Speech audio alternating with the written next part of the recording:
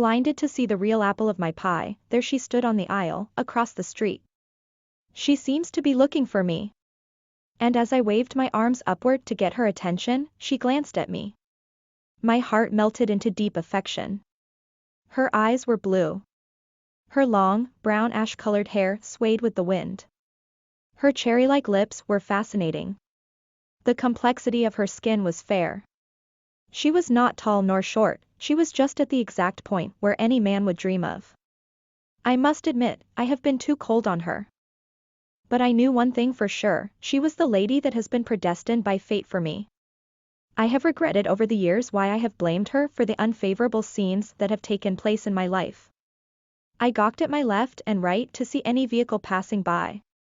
I saw that there were none. And as I propelled myself towards her, crossing the street, my memories with Emma played like a film before me. My family owns a bakery shop. Not to brag, our pastry products were highly commendable by 5-star pastry chefs and by the local people. Our economic development went high as the stars at night. I should say, I was lucky to be a part of the Perkins family. Our shop started as a small box on the main highway of Silver City. My mom had a degree in pastry and baking arts at the University of Silver. I was born out of wedlock and my mom had to work day and night just to sustain our living. I was grateful to have finished my middle school years. I did not go to college to help my mother. Most of the time, we were rejected by the whites to rent a house just because of the color of our skin even though we had the money to pay. Despite this, my mother and I started our bakery shop, Crunch and Bites. Our family helped us to push through this kind of business. Our business motivated me to pursue and help me in my college days. Then years later, after I have finished a college degree, the same with my mother's, our business soared high and we already owned a bakery shop with business permits. That small box of ours turned into a well-known bakery shop, in the 5th year of our prosperous reign in Silver City. In the world of pastries, Emma's family moved to a building next to ours. We did not expect that this family would soon be the cause of the slump economic process of our business. Paste family, Emma's clan, also runs a bakery shop, Pastry Pinks. Emma came from a well-to-do family. Her family was a family of pastry chefs that have all earned a degree in pastry and baking arts. I must admit, I got insecure about them. Frankly, I wasn't attracted to Emma at first. Yes, she was pretty, I mean, more like a goddess. Yet, I did not immediately fall for her. Upon their arrival at Silver City, we started to lose customers because they turned their attention to Pastry Pinks. Our profit started to drop day by day. A rivalry had erupted between our business and Emma's business. Because of this, there would be fiery conversations between my mother and hers. One day, my mother had distributed flyers outside our bakery shop. The flyers contained our products and their corresponding prices. Mrs. Paste, Emma's mother, got a flyer from my mother. I was inside the shop entertaining a few of our remaining customers. "So this is your flyers for the public?" Mrs. Paste said in a gloomy tone. "I don't think that's a good idea to attract customers in today's time of technology." How about, because of the heated anger that my mother had in herself, she could not stop herself to shout at Mrs. Paste. "Who do you think you are?" my mother said as she threw the bundle of flyers to Mrs. Paste while yelling. "Don't you know what you have done? Because of you and your family, we already lost thousands of customers and yet, you still have the guts to tell me what to do and what not to do."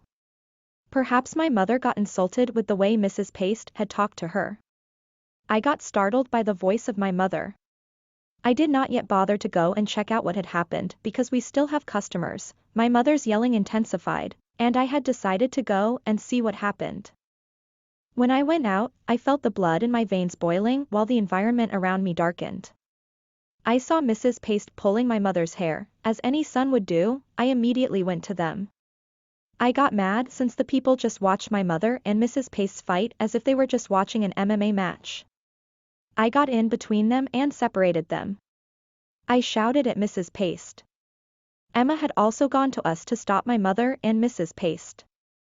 She also got mad and she shouted at me. "Why are you being like that?" she shrieked. "Do you even know what happened here, Liam?" she said as she gestured her mother to go inside their shop. So you think, we were the ones who started this situation? I hollered, you came here when I came first and so you think that we were the ones who started this? I never wanted a situation like this, we never want. Bị mù để nhìn thấy quả táo thật trong chiếc bánh của tôi ở đó, cô ấy đứng trên lối đi, bên kia đường. Cô ấy dường như đang tìm kiếm tôi, và khi tôi vẫy tay lên để thu hút sự chú ý của cô ấy đã liếc nhìn tôi. Trái tim tôi tan chảy thành tình cảm sâu đậm, đôi mắt của cô ấy có màu xanh lam, mái tóc dài màu nâu cho của cô ấy đung đưa theo gió. Đôi môi như anh đào của cô thật hấp dẫn. Sự phức tạp của làn da cô ấy là công bằng. Cô ấy không cao cũng không thấp, cô ấy chính xác là điểm mà bất cứ người đàn ông nào cũng phải mơ ước. Tôi phải thừa nhận rằng, tôi đã quá lạnh nhạt với cô ấy. Nhưng tôi biết chắc một điều, cô ấy chính là người phụ nữ mà số phận đã định sẵn cho tôi. Tôi đã hối hận trong những năm qua tại sao tôi lại đổ lỗi cho cô ấy về những cảnh không thuận lợi đã diễn ra trong cuộc đời tôi. Tôi nhìn sang trái và phải của mình để xem có phương tiện nào chạy qua không. Tôi thấy rằng không có, và khi tôi lao mình về phía cô ấy, băng qua đường, những kỷ niệm của tôi với Emma hiện lên như một cuốn phim trước mắt tôi. Gia đình tôi sở hữu một cửa hàng bánh mì, không phải khoe khoang, các sản phẩm bánh ngọt của chúng tôi đã được các đầu bếp bánh ngọt 5 sao và người dân địa phương đánh giá cao. Sự phát triển kinh tế của chúng tôi lên cao như những vì sao vào ban đêm. Tôi phải nói rằng, tôi đã may mắn được trở thành một phần của gia đình Perkin. Cửa hàng của chúng tôi bắt đầu như một chiếc hộp nhỏ trên đường cao tốc chính của thành phố Silver. Mẹ tôi đã tốt nghiệp ngành bánh ngọt và nghệ thuật làm bánh tại Đại học Silver. Tôi sinh ra ngoài giá thú và mẹ tôi phải làm việc ngày đêm chỉ để duy trì cuộc sống của chúng tôi. Tôi rất biết ơn vì đã kết thúc những năm cấp 2 của mình. Tôi đã không học đại học để giúp mẹ tôi. Hầu hết thời gian, chúng tôi bị người da trắng từ chối thuê nhà chỉ vì màu da của chúng tôi mặc dù chúng tôi có tiền để trả. Mặc dù vậy, mẹ tôi và tôi bắt đầu mở cửa hàng bánh mì Crunch and Buy. Gia đình chúng tôi đã giúp chúng tôi thúc đẩy loại hình kinh doanh này. Công việc kinh doanh của chúng tôi đã thúc đẩy tôi theo đuổi và giúp đỡ tôi trong những ngày còn học đại học. Sau đó nhiều năm, sau khi tôi hoàn thành bằng đại học cùng với mẹ tôi, công việc kinh doanh của chúng tôi tăng vọt và chúng tôi đã sở hữu một cửa hàng bánh mì có giấy phép kinh doanh. Cái hộp nhỏ đó của chúng tôi đã biến thành một tiệm bánh có tiếng. Vào năm thứ 5 của triều đại thịnh vượng của chúng tôi ở Silver City, trong thế giới bánh ngọt, gia đình Emma chuyển đến một tòa nhà bên cạnh chúng tôi. Chúng tôi không ngờ rằng gia đình này sẽ sớm là nguyên nhân dẫn đến quá trình kinh tế sa sút của doanh nghiệp chúng tôi. Gia đình Pet, gia tộc của Emma, cũng điều hành một cửa hàng bánh pastry Pink.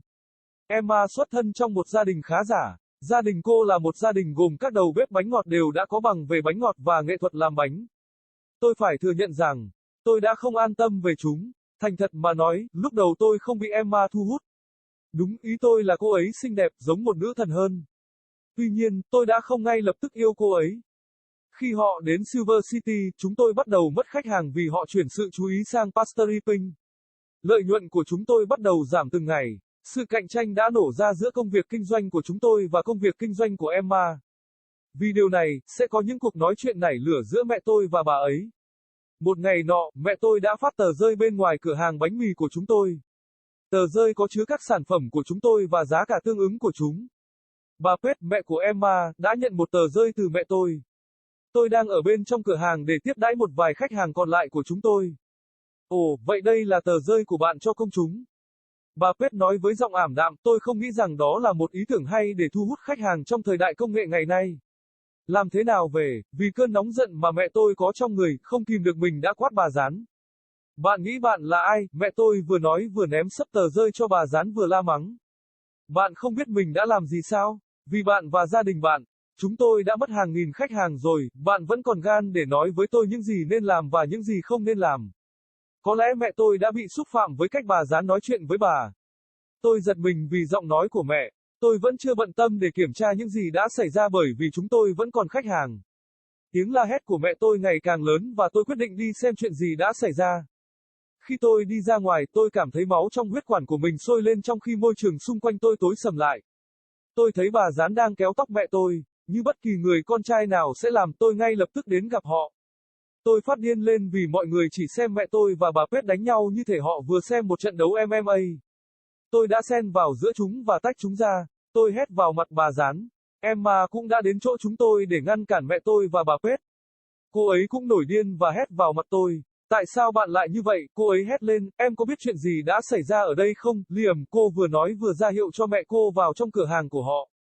Ồ, vậy bạn nghĩ, chúng ta là những người bắt đầu tình huống này, tôi hét lên, bạn đã đến đây khi tôi đến đầu tiên và vì vậy bạn nghĩ rằng chúng tôi là những người bắt đầu việc này. Tôi không bao giờ muốn một tình huống như thế này. Chúng tôi không bao giờ muốn.